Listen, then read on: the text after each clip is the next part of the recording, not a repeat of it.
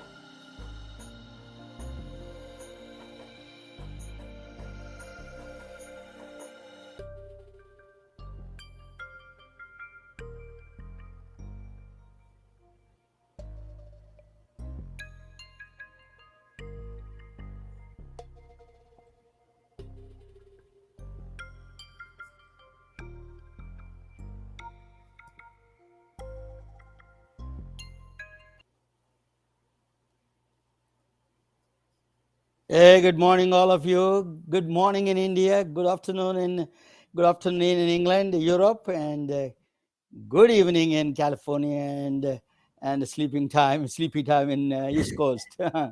So, welcome you all, and this is the live broadcast. Um, we have a special guest today. My name is Ramana Annamaraju. I'm the host of this broadcast, and we are now introducing very special guest. We She will be talking about the things that psychotherapy. She's a licensed psychotherapist. She's going to give you a lot of new things for us. Understanding the She is from Bronx, New York. So I will introduce you in a second. Before that, the today's program is Fractal Medicine Part Two. It's going to be very interesting. Fractal medicine is a part of the consciousness hacking. What are the alternative ways we can hack the consciousness and then feel better? That is our goal of this whole program, yesterday and today, and we are going to continue that today from yesterday. This is a special program. Fractal medicine is kind of very close to my heart. uh, you know so before let me introduce you Christine Spataro, and she's from Bronx, New York. She's a psychotherapist there. She treats a lot of inner city kids, and she's in the middle of the definition of inner city, in my view. So I think she'll be talking a little bit about it, and then I will be asking a couple of questions after that. And uh, Christine, welcome from New York, Christine. Thank Uh, you. yeah, please let me know what is your life and where you got the degree. And just give some background of yours. Okay, background a few words. So I am a native New Yorker, born and raised. I got both my bachelor's in psychology and undergraduate degree, master's degree in psychology and counseling through the City University of New York. I have been a practicing psychotherapist since 2001. So you could probably guess how old I am. I won't lie about my age, but I won't advertise it. Just say well over 30, we'll say that. I have started my career working with traumatized children, and then began working with adults as well. So now pretty much my scope of practice is children and adults. I used to work in person. Then a little thing called the pandemic happened in 2020, and I'm not a superstitious person, but I went virtual Friday the 13th of March 2020. So I will never forget the day I went virtual.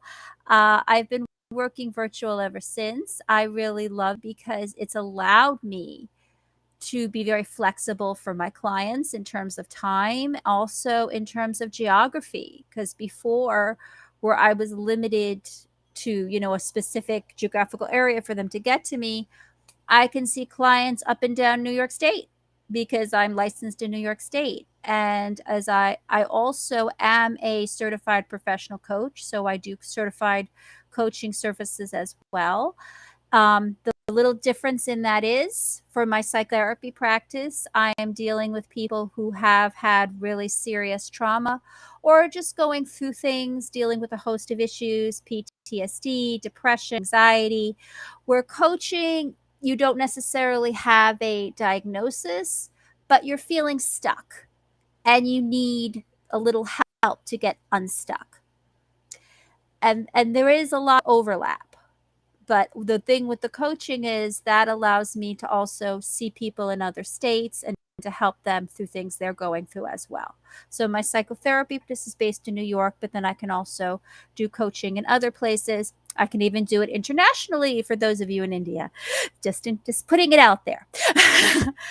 So what does it mean when I help people get unstuck? Well, tied to what you were saying before, where you were talking about, tapping into the consciousness or the unconsciousness, as it were. So, when we come into this world, we come in these as these amazing beings with incredible capabilities, and the world is literally our oyster. But stuff happens to us. Our environment happens, experiences happen, and they imprint on us and they influence who we are. There's an area of study in psychology called epigenetics, which talks about the idea that we're born with certain genetic predispositions and our environment literally will turn stuff on or stop stuff from coming to light. And for better or for worse, we are our experiences. However, that's not the whole story. For while our experiences can influence us and can impact our life path, we can change course. I like to think of life as like the ultimate GPS. You know how, like, when you're driving in the car and you set the GPS and you're going down this road and, like, shoot, you made that left turn when you should have made that right turn. But then the GPS recalibrates and you're able to then still get on the road you need to be. So I see that as the work that I do. I help people recalibrate their life so they can be on the road they want to be. So they don't have to stay stuck on a road that's not working for them. So um, let me just say that, yeah. So Christine, I think I'm going to do, just give me 1 second. Sure. Okay. So Okay. Christine, so Yes. thank you for that's a beautiful, you have a, what a background you have. It is a very impressive background. Um, Thank you. particularly treating in the real field, real people and real Yes. problems, is not some high story building and sit down in the 42nd story building and then treating people in couches. No, you're really in the field of action, really where this really things needed, things are needed. Hmm. So I we come back to the other point is, you know as you, if I understand you, you're from last name, you're a Hispanic background, right? If I don't mind, if you don't mind to Yes, say I'm that. actually, oh, I don't mind at all. I will state my background. I am actually half Italian, half Spanish. So the Spataro is actually from my father. That's the Italian side. And the Christina that doesn't have an H is from my Spanish mother. Okay, very good. Well, thank you. So thanks for clearing it out. We are now as a No problem. really, truly, it's a truly multicultural part we are in. We don't. Yes, My exactly. children are mixed kids, mixed race children. I Yes. have, but they, I will. That's what happened in Texas. Now, we have to go back to that. Eventually, we are. When we talk about Yes. psychology and psychiatric issues, we need to talk Hmm. about that the shooting with a kid is a basically practically for all Of reasons course. is a Oh, kid, and they're take babies. AR-15 Yes. and killing other babies. What what goes through their minds of those teenagers during that time? What, tell me, you treat them and you talk with them every day. What is your impression? The problem is, basically our executive functioning is not fully developed until we're 25 years old. So basically, your lobe over here, right, that's in charge of your executive functioning, your decision making, planning ability, it is not fully formed until you're 25 years old. So guess what? Teenagers are very much victims of their emotions, have impulsivity, and have a hard time with long range planning. Not to mention, you got hormones going all over the place. There's a lot of stuff going on in there, and they really need guidance. Now, I do not know the young man's story that committed this horrific act. I know what he did, but I don't know what happened in his life that led up to that. I mean, and then the children who were the victims, and then those who survived, they're now going to have this trauma and this pain for the rest of it. So there's just so much pain to go around. And it all boils down to who is supporting these children, what kind of social supports do they have, what kind of emotional supports do they have in the home. All of this plays a factor. It's like a now is, oh, we need to, deal with mental health. Okay, so what does that mean? Do you know how many mental health programs get cut? Do you know how few therapists there are in comparison to the people that need them? Do you know how, for some people who are living in poverty, it's hard for them to access such services, or the services that are available? There's enormous waiting lists. So you could be on a waiting list for months. I had a young man who was going through a very severe depression. And his mother spent months trying to find a therapist with an open slot before she found me. And now I'm seeing him and I'm helping him through his journey. But I'm thinking, what if I hadn't been there? What if they couldn't get the help? And there's so many people who are on that cusp who need that guidance, who need that support, and who fall through the The, cracks. no question, stigma, access, cost, all three are important factors in the Mhm. mental health access. Now, just you were talking about executive functioning, it is affecting even the adults nowadays. It doesn't need to be in the inner city Yes. people. It is across the Yes. board now, because of this pandemic, because of this. We are cooped up in the house for 24 hours a Mhm. day, and then with the staying with the same people, and it's creating a lot of executive function disorder, in fact, is Yes, functioning. absolutely. So we have to really mass program. That's one thing that I'm trying to do, is there is no mass mental health relaxation program. Is all the how many people Yes. like you are available? I mean, Mhm. think about that. As you say that she was waiting for a slot, waiting for a slot to open up for a child. Think about the Mhm. executive functioning for other adults. People who are Exactly. executives have now, they have a serious problem with executive functioning now. So everybody is a broad Right. spectrum of people affecting this process. Yes. I think we need to find some alternative solutions, and at least we can, besides people like you are extremely valuable, they are absolutely needed for the society. We Mhm. need more reimbursement, we need more support.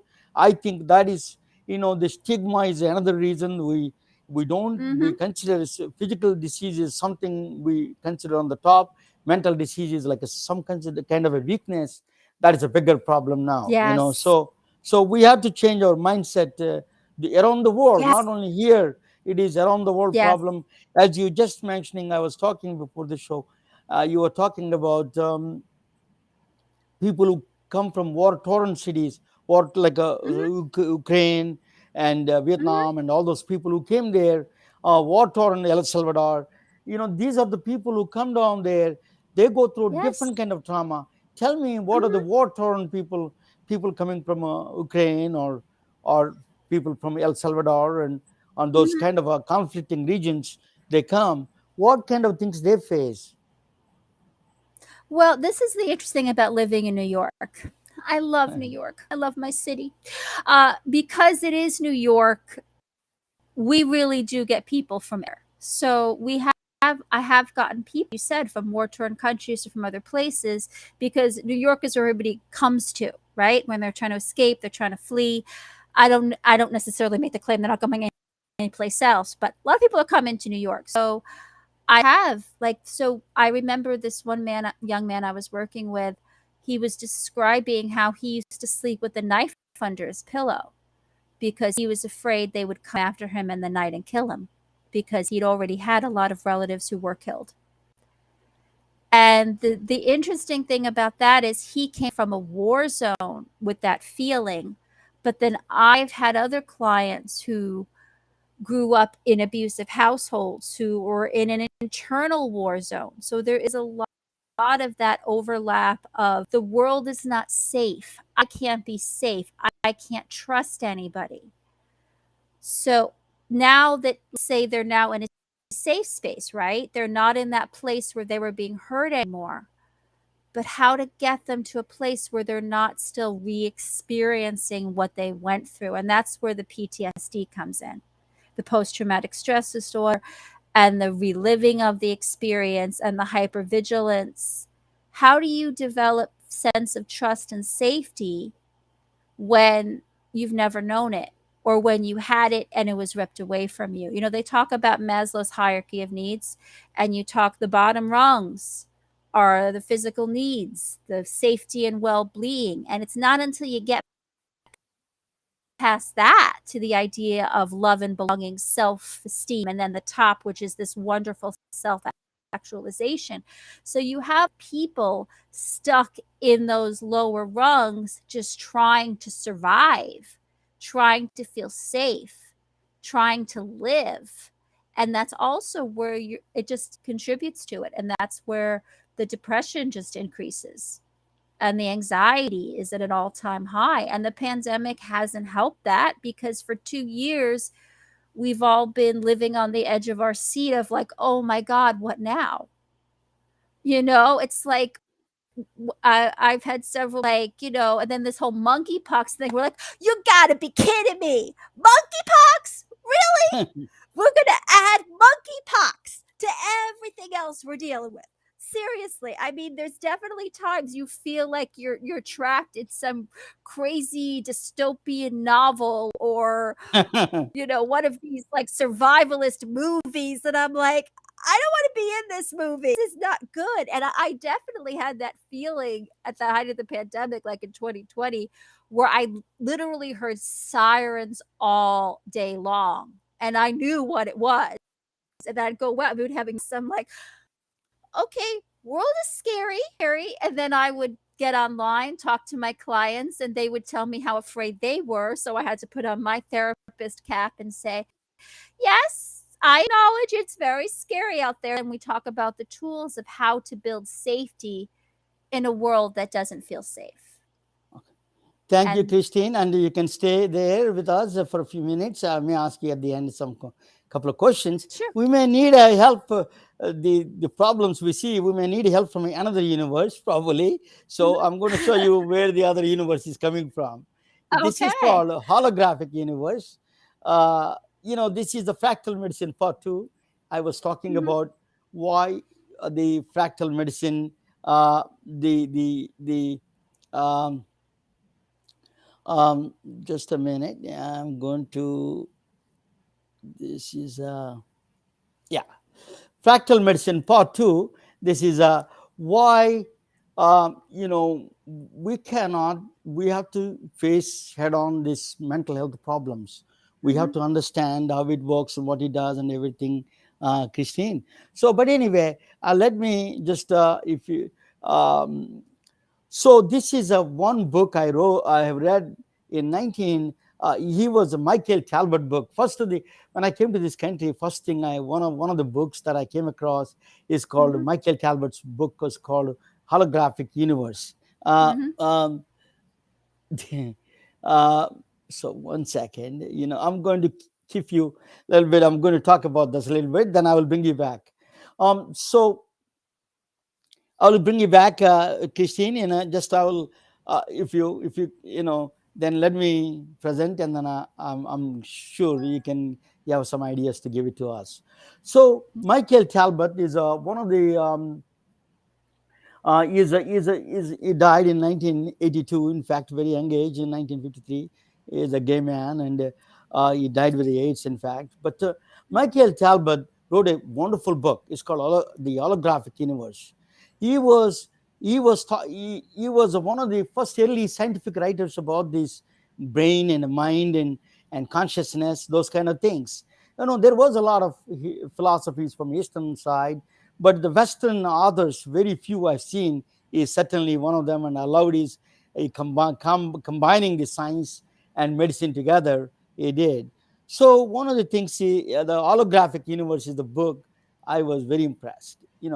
So let me talk about a little bit about the hologram. What is hologram is that the whole contains the pot contains the whole. When you take a picture of the hologram and you cut in half, it doesn't cut in half. You don't see half rows and half rows. The one you see in the picture there, the rows, if you cut in half, it doesn't split into two halves. In fact, it becomes two smaller halves. If you cut it again, it becomes another two smaller halves. Keep on going until you can infinite amount of smallest size. That is the plank's length. You have to go almost to. It is always, that is, it contains the whole. So what it means by whole contains the parts, pot also contains the whole. That is the meaning of the hologram. Has a special feature of that holography, as that holograms have that special, that they can pot can contain the whole. That is special about the holograms. So, so that is the what he said, that what Michael Talbot was mentioning in his book about the David Bohm and the Carl Pribram. David Bohm is a physicist from New York. He's from Bronx, Brooklyn, actually. He was um, prodigy of Einstein. He was a student of Albert Einstein, but unfortunately, there were not for it is for stupid reasons. In fact, what they did was they kicked him out of this country because they suspected he's a part of the communist regime. He's part of the communism movement. He was not. He was just people attend for stupid. They just pass by. He attend certain things. So unfortunately, he was taken out of his position in the he was discriminated, and then he had to move to Brazil. Then he moved from Brazil to all the way to England. Eventually, he settled in England. He is a brilliant uh, physicist. All physicists know what a brilliant physicist he is. So he talked about quite a bit of about the mind and the quantum. He's a quantum physicist, actually. Carl Pribram is from a Stanford University, is a neurosurgeon.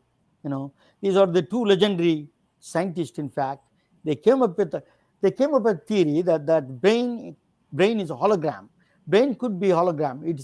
It simulates holographic ideas, holographic concepts. It simulates. That's what David Bohm and Carl Pribram came in was for proposing. It is a special theory. They're proposing it.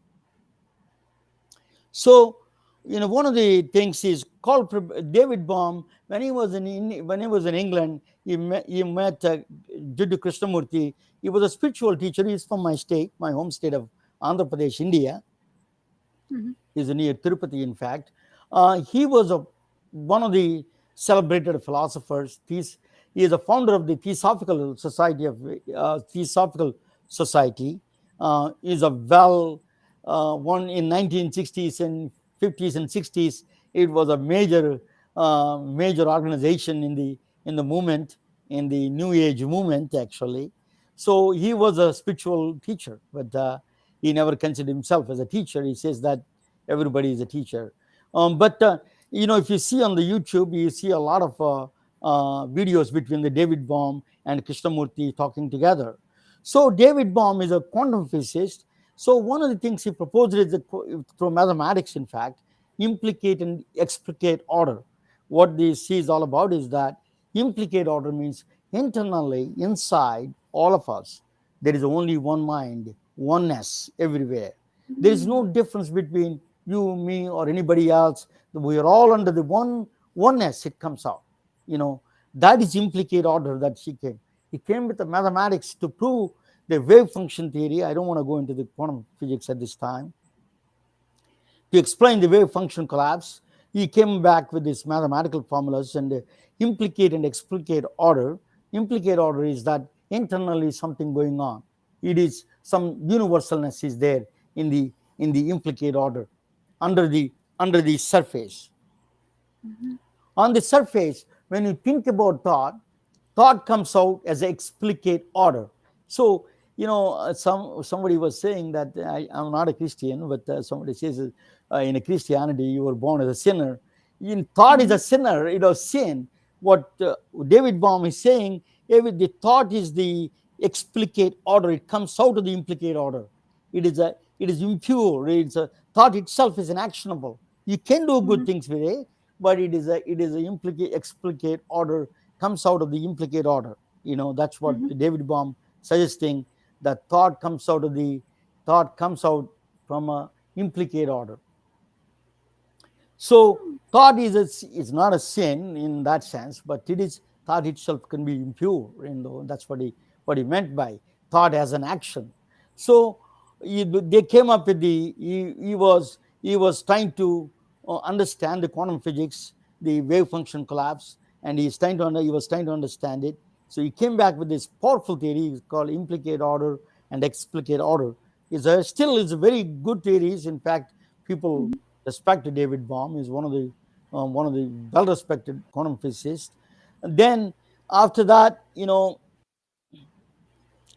then Amita Goswami, there is another theoretical physicist, came back with a different kind of a consciousness approach. So he was, as I mentioned before, David Baum, he says implicate orders like a universal consciousness. What I said, I'm just going to talk about consciousness because we are going to talk about consciousness hacking. So through Mhm. technology. So I'm giving you groundwork on the consciousness.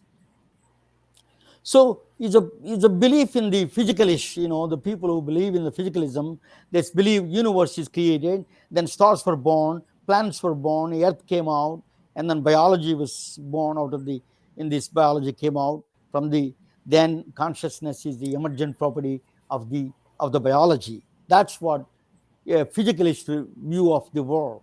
That is the way Mhm. we all think that in the physics point of view, some physicalist point of view. But Amita Goswami is a quantum physicist himself, but he said that different way. The consciousness is the fundamental, is a ground to all of it. That's like a universal consciousness is there. It exists. Mhm. It is. So that universe comes out of it, and then stars. These are all mind is a mind creating a matter. That's what that a lot of people use, that mind creates matter. That's exactly what it is. The other may be on Mhm. the right side here and there mixed up, but that's what it is. So consciousness creates all those things. Is a biosynthesis is Robert Lanza is another doctor that he proposes this he subscribed to this theory of consciousness creating the whole realism, physical aspects of the universe, physical aspect of the world is created by consciousness. There's nothing is there. Right? That Mhm. some of the arguments are that Amita Goswami is a physicist. So that is the consciousness, one of the theories of the consciousness.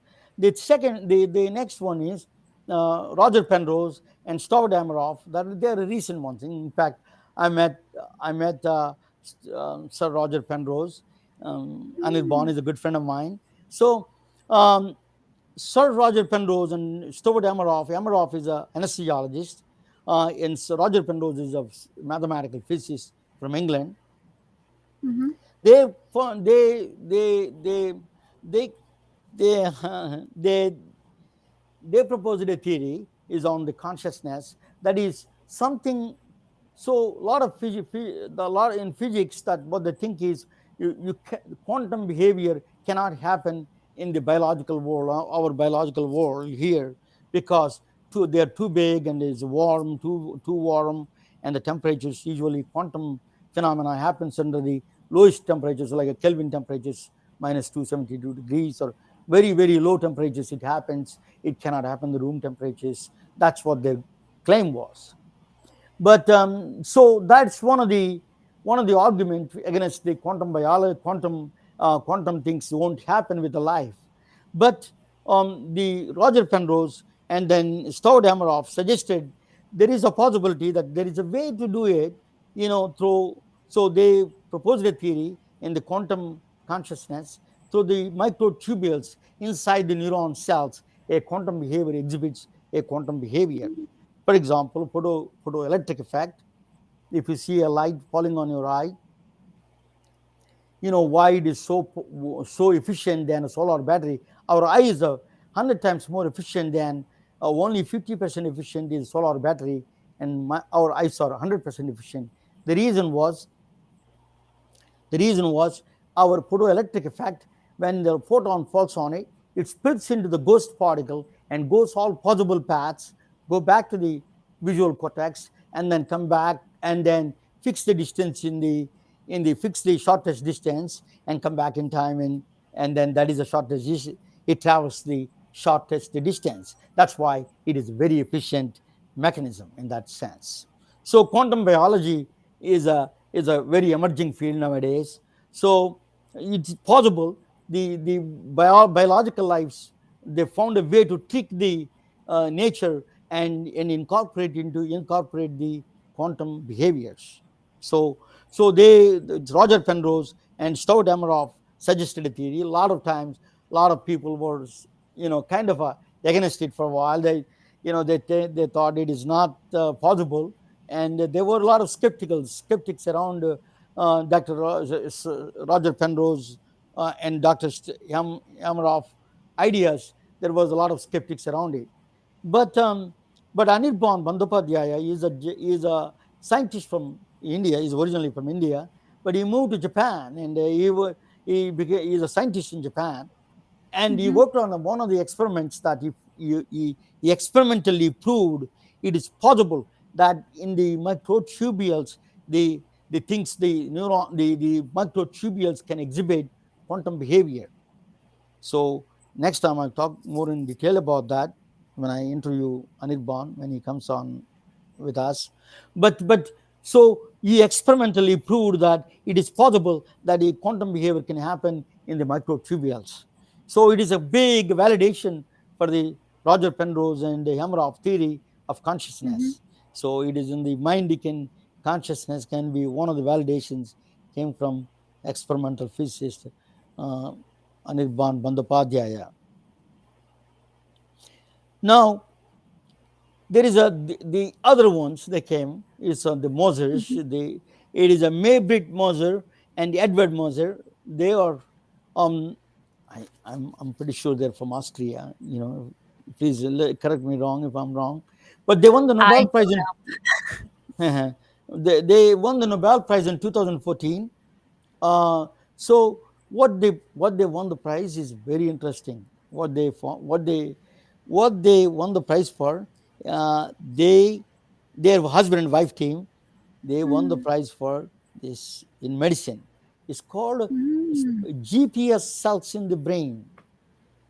They found actually in the animals there are two kinds of cells. There is some other cells also, but grid cells and place cells. It's like so place cells or grid cells are like just if I'm going to New York, to meet me on 32nd Mm-hmm. Street and on the Empire State Building.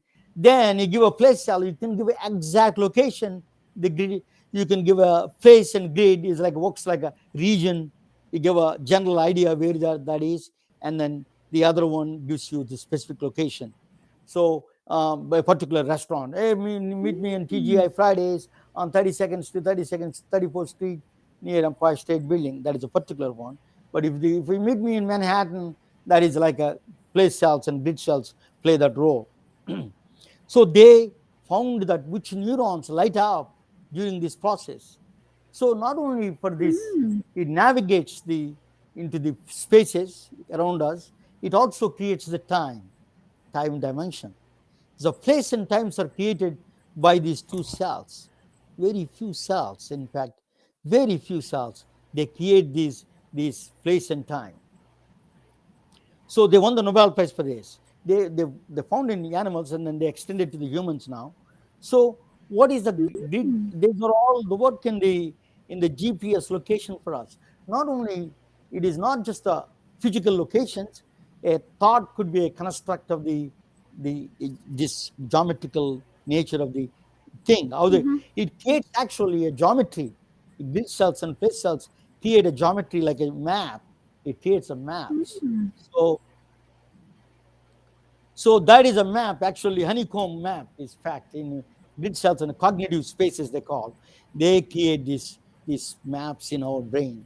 A thought could be a brain, a particular neurons light up, you know, a particular areas that you are navigating to a place. If you are driving to some place, if your mind you're going thing, even a thought itself could be a cognitive space. So these are new. It's a very relatively new discovery. Place cells and grid cells are, and they won the Nobel Prize. This is really a ground shaking discovery. In fact, so what this brain is a hologram. They took that is a picture of the actually neurons, 50 neurons. They took a picture. These are the neurons lighting up a particular thought process. You can see. So eventually, they can hack those neurons and turn on and turn off.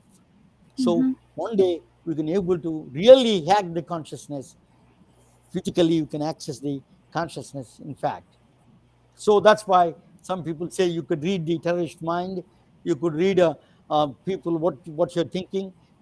In fact, six Mm. seconds before you decide you want a Coca-Cola or a Pepsi, you before you decide it, you can that's these neurons can tell you the story 6 seconds before. So I think Mm. the brain is a 50 neurons. That's a real picture of the 50 neurons. These are they located in space that you see. So this is an actual picture. That is of the neurons lighting up.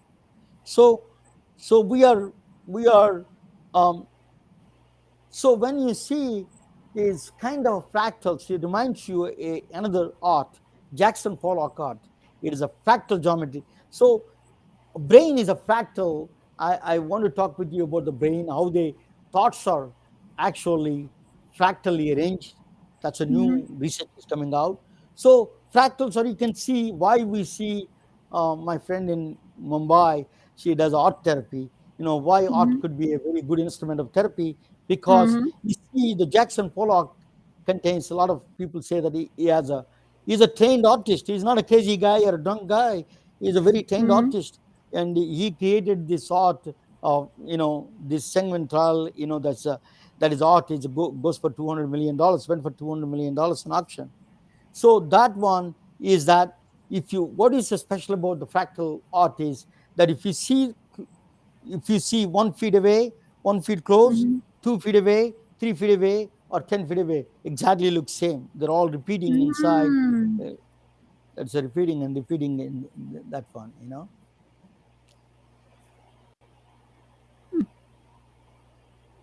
So the Escher is one of them that gives you that kind of a mathematical concepts to the fractal concept to their art.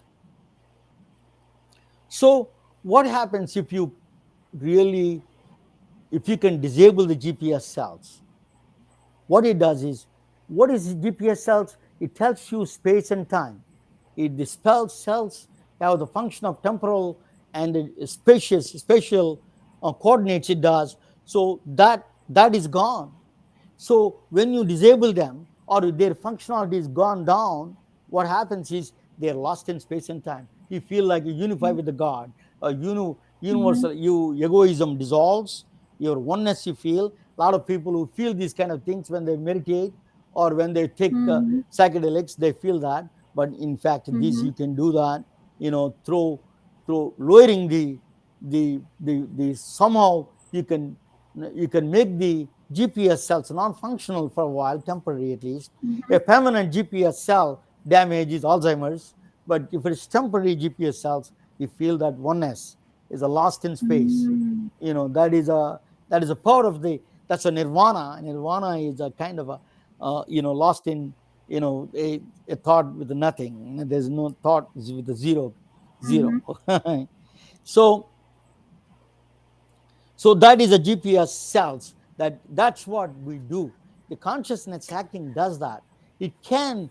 It has VR derives from the unique aspects of the immersion, interaction, and the mental focus. Through that, you're occupied. 80% of your visual channels are occupied through VR. So what it does is one of the things it does very strange way VR virtual reality does is that it lowers the functionality of the grid cells. and place cells. Mm-hmm. That means when the functionality is gone down, that means you lost it. You feel that you belong to everything. There is no time passing by. You don't know the past, present, future, or they're all stand still. That's the reason is that grid cells and place cells could be a reason. That's one of the strong theory is coming out. So VR can play that role to disable. You don't need to take substances. You don't need a you need a you need to take a hack through consciousness hacking through this process, and then get the training from people like Christine. You will get into the much more better situation than abusing your body through substances. Mm-hmm. So so so what is this? So what I did was, when you combine the Mandelbrot fractals and the negative Mm-hmm. hyperbolic structures, what that they use a negative hyperbola. Those are the geometry Albert Einstein used it to describe the general relativity. So if you combine them together, you will get a very strange graphics you get. You don't see them in everywhere. The sounds, auditory hallucinations that psychedelics create, you can recreate those things without psychedelics. I'll show you that in a second. So I'm going to play you a video that just give me 1 minute.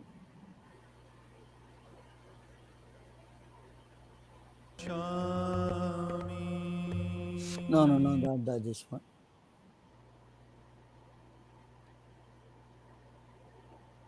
Oh, I thought I uploaded it.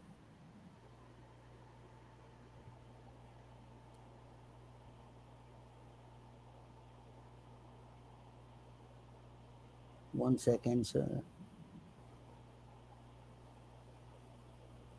While you're looking at this page, what is this? These are my things. I thought I did. Um, but anyway, let me look at this while you're watching this, and I'm going to do this, and I'm going to load up the other ones.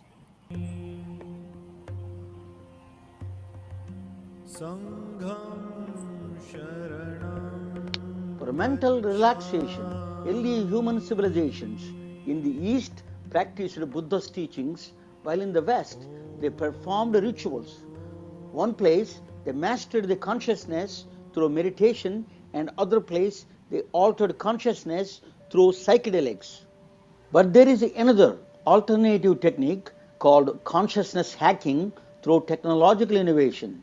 A mathematical equation through virtual reality can offer and alter and master consciousness at the same time. A genius painter from Japan, a legend. Oh, sorry that I am. We have a small technical issue. I'm trying to solve the problem. If you don't mind. Oh, you cannot take two videos, I think. Okay.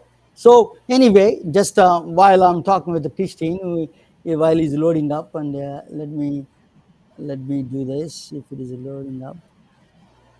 So what is the negative hyperbolic structures look like when you combine the Albert Einstein's negative the non-Euclidean geometry structures and the Mm-hmm. fractals of Mandelbrot? If you combine them together, you see this kind of things you will pop out. So let me show you Mm-hmm. this one that um,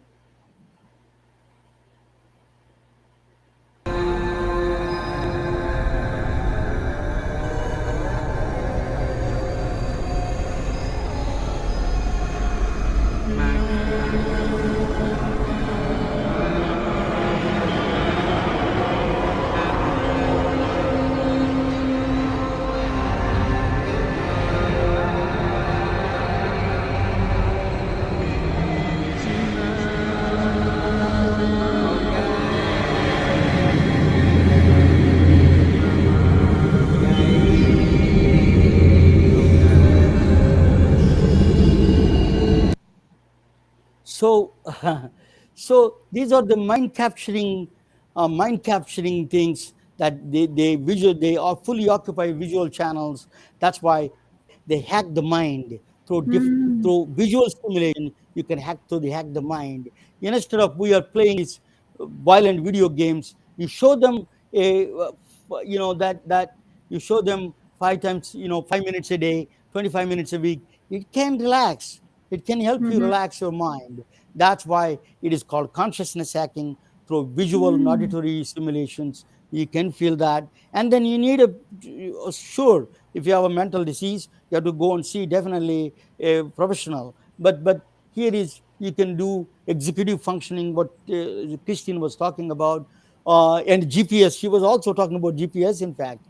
So it is a executive functioning is plan and execute and get the outcomes. Those are things even missing for even people who are executives nowadays. So we need Mhm. that help. So we need all kinds of help. This consciousness hacking is one of the better tools, one of the tools at least, besides all the help you can get in other ways. Thank you for watching. I will bring Christine for a few minutes and then see what she says. Yes, Christine, um, that let me come you back and just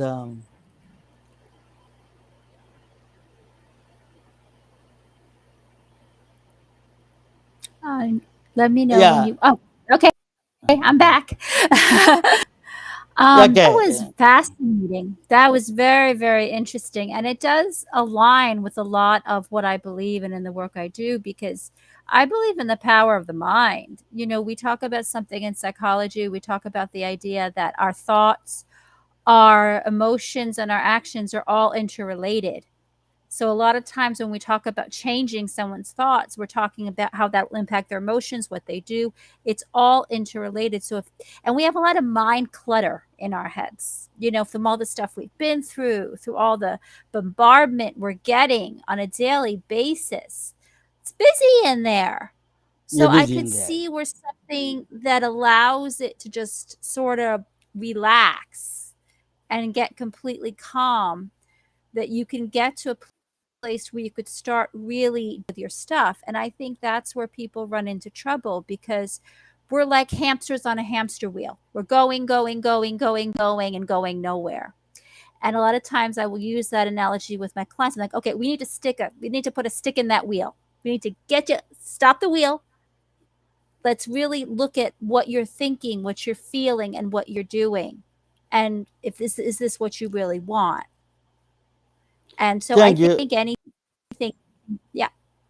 Thank you, Christine. I think I'm just trying to combine some technology, some science, some medicine, and innovative Yes. tools that doctors need to come back with a different kind of methods if they want to be Mhm, true innovators. That's one thing. mhm. So talking about doctors, I'm a great fan of this coming doctor. Let me this just a minute. Um, I'm going to. So the next week in June 16th, Thursday, next week actually, is going to be Dr. Evan Alexander. I am a great fan of him. He's a neurosurgeon from Harvard, and he has Mm, a compelling story to listen to.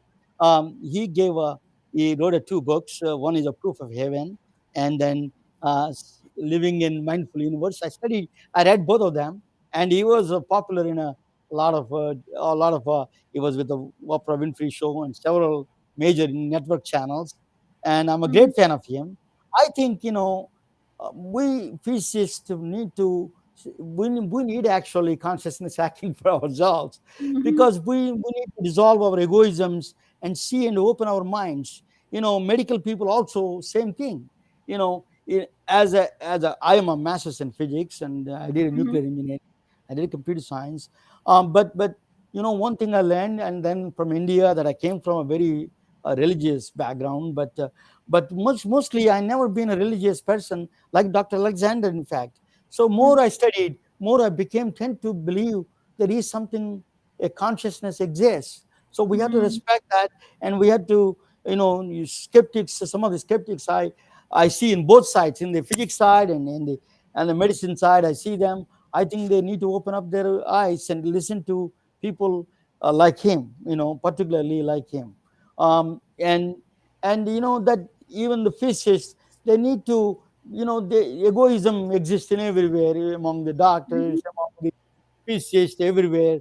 So I think this is a time for them to open up their minds and listen to, and then see that what they can do, what kind of tools they can get to Mhm. understand the patients better, or to come up with the new innovations for the healthcare. Thank you Mhm. all for listening so far. That I'm going to play. This is a we have a that I wrote a book called "Science is Not a Subject." Science is not a subject. Um, I did that. I hope, yeah. So science is not a subject. Science must be a lifestyle. So I created a lifestyle. I wrote a 3 minute chapters on all my books. In my book, 3 minute chapters on several subjects. But mostly, I connected a lot of mathematics and physics to the healthcare because I spent the Mm. last 30 years in healthcare. So I'm a physicist. So I did all those things together. But one of the things is Mandelbrot. You can get a Mandelbrot T-shirt. My, the Brandon Kegel was wearing it, and then he sent me the picture. Next time, I'm going to put that picture. But the kids love it. The Mandelbrot fractals pictures and that kind of a. You wear that kind of T-shirts. You can buy on Amazon. Dailywearformedicine.com. That's our website. Please go there and check it out. Thank you so much. Thank you for listening, and and. I'll leave you, Christina. Stay there with me. Just Okay. thank you all. Good night. Good night. Bye.